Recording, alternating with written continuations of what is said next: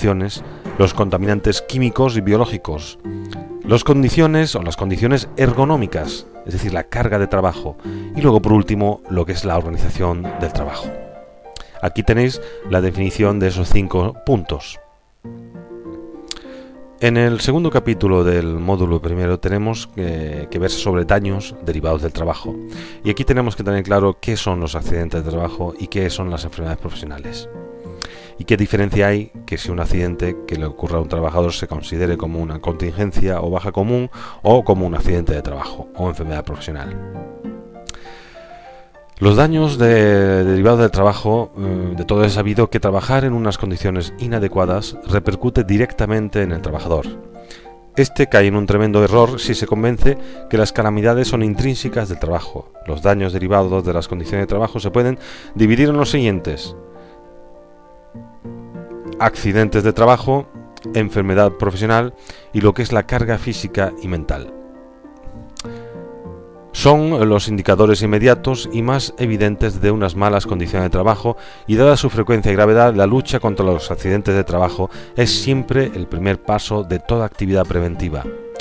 En la definición legal de accidente de trabajo, en el artículo 115 de la Ley General de la Seguridad Social, dice que es toda lesión corporal que el trabajador sufra con ocasión o como consecuencia de trabajo que efectúa por cuenta ajena. Cuenta ajena excluye evidentemente no a priori a los trabajos autónomos, pero ya con las modificaciones de los códigos, un trabajo autónomo también puede, de cierta manera, concertar su seguridad laboral con las mutuas correspondientes.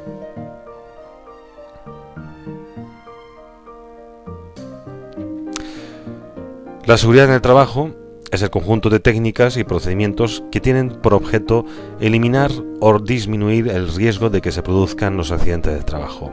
Esto da pie a que vamos poco a poco definiendo la primera de las disciplinas, de las 4 disciplinas preventivas. Las 4 disciplinas son seguridad en el trabajo, la higiene industrial, la ergonomía y psicosociología aplicada y lo que es la medicina laboral o medicina del trabajo. Evidentemente, y queda claro, que la seguridad en el trabajo es la disciplina que se encarga de estudiar concretamente esas causas que pueden ocasionar lo que son los accidentes de trabajo. En el artículo 116 de la Ley General de Seguridad Social se define lo que viene a ser la enfermedad profesional y se define como toda aquella enfermedad contraída a consecuencia del trabajo ejecutado por cuenta ajena en las actividades especificadas en el cuadro que se aprueban por las disposiciones de aplicación y desarrollo de la ley y que esté provocada por la acción de los elementos o sustancias que en dicho cuadro se indique para toda enfermedad profesional. El cuadro vigente en la época anterior fue el decreto 1995 del 78. Actualmente es otro decreto el que conforma lo que es el listado de enfermedades o trabajos profesionales. Las enfermedades contraídas como consecuencia del trabajo y que no estén contempladas como enfermedad profesional serán consideradas a efectos legales como accidente de trabajo. Desde el punto de vista técnico preventivo se habla de enfermedad derivada del trabajo, no de enfermedad profesional. Se entiende por la primera aquel deterioro lento y paulatino de la salud del trabajador producido por una exposición crónica a situaciones adversas, sean estas producidas por el ambiente en que se desarrolla el trabajo o por la forma en que éste está organizado. Los factores que determinan una enfermedad son justamente el tiempo de exposición, la concentración o intensidad del contaminante, la presencia simultánea de varios contaminantes y las características personales de los trabajadores. Y es justamente la higiene industrial la técnica que previene la aparición de enfermedades profesionales estudiando, valorando y modificando el medio ambiente físico, químico o biológico del trabajo.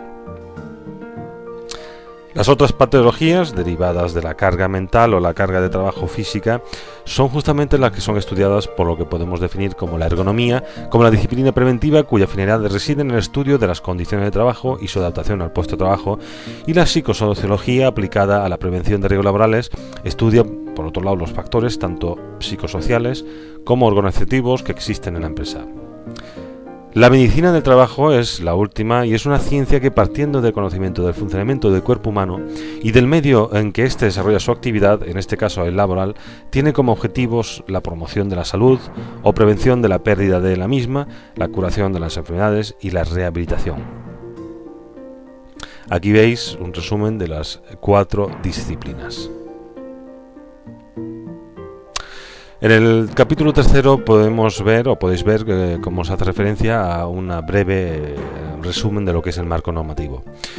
Como en cualquier otra materia legislativa, el campo regulador de la prevención de riesgos laborales está repleto de un amplísimo listado de normativas, en muchos casos de complicada comprensión. Dichas normativas están inmersas en un proceso de continua adaptación a la realidad que nos rodea. Es lo que os hemos dicho antes del cuadro de enfermedades profesionales, es decir, para dirimir si un trabajador puede pedir que su enfermedad es derivada del trabajo, tiene que estar incluida en un cuadro publicado en el Boletín Oficial del Estado, y ese cuadro va cambiando paulatinamente, y eso es algo que ocurre con muchas de las facetas o parcelas de la prevención. Respecto a las normas, tenéis que tener en cuenta que hay normas de origen externo y normas de origen interno. Partimos, por ejemplo, que la Organización Internacional del Trabajo podemos indicar que es una institución especializada de la ONU creada en el 46 y cuya principal actividad consiste en la organización de convenciones internacionales del trabajo. El instrumento normativo utilizado por la OIT son los convenios, y hay que destacar el convenio número 155 en materia de seguridad y salud. Dichas normas son ratificadas por los Estados miembros y absorbidas por su legislación interna. Nosotros, en concreto, como ordenamiento jurídico europeo, en cursos en la misma comunidad, con respecto a ella, hemos de señalar que en la seguridad de higiene el instrumento normativo que se utiliza son las denominadas directivas. Y efectivamente en el año 89 fue publicada la directiva Marco, que es la directiva 89/391 de la Comunidad Económica Europea. Esta directiva fue la que dio pistoletazo de salida a lo que es la propia órgano regulador, la prevención de riesgos laborales en nuestro país. Hasta entonces, ¿de qué disponíamos? Pues disponíamos de unas ordenanzas generales de seguridad y higiene en el trabajo que velaban por la seguridad y salud. Pero la diferencia de concepto era que era una prevención reactiva, es decir, la maquinaria se ponía en marcha una vez manifestado el daño. Es decir, cuando un trabajador sufría una lesión grave o una lesión en accidente de trabajo, una enfermedad, evidentemente el Estado ponía en marcha un sistema de protección para la curación y rehabilitación.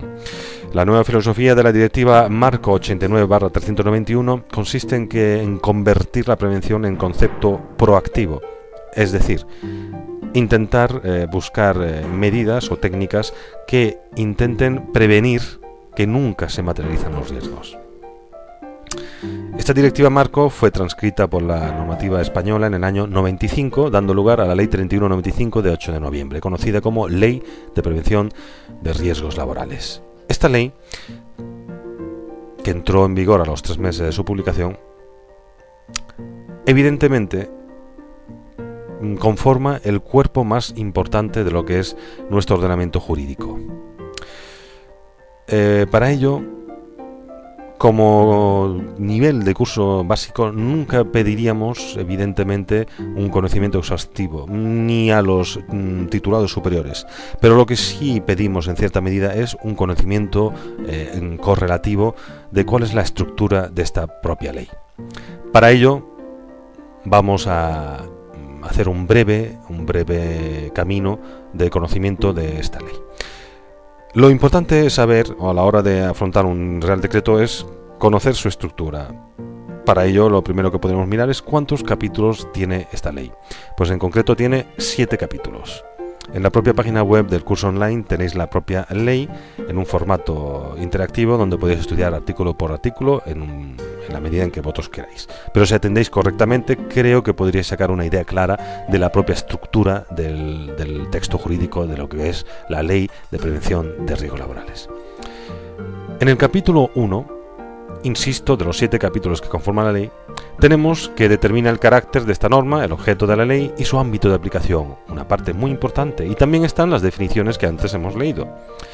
En el capítulo 2 regula los objetivos, normas reglamentarias y actuaciones de la administración pública, es decir, la política de prevención. En el capítulo 3 desarrolla los derechos de los trabajadores y los correlativas obligaciones empresariales. Muy importante es este capítulo y va encabezado por el artículo 14 y el famoso artículo 15 que antes hemos comentado. El capítulo 4 se refiere a lo que son los servicios de prevención. Cuando hablamos de servicio de prevención, concretamente creo que el capítulo 4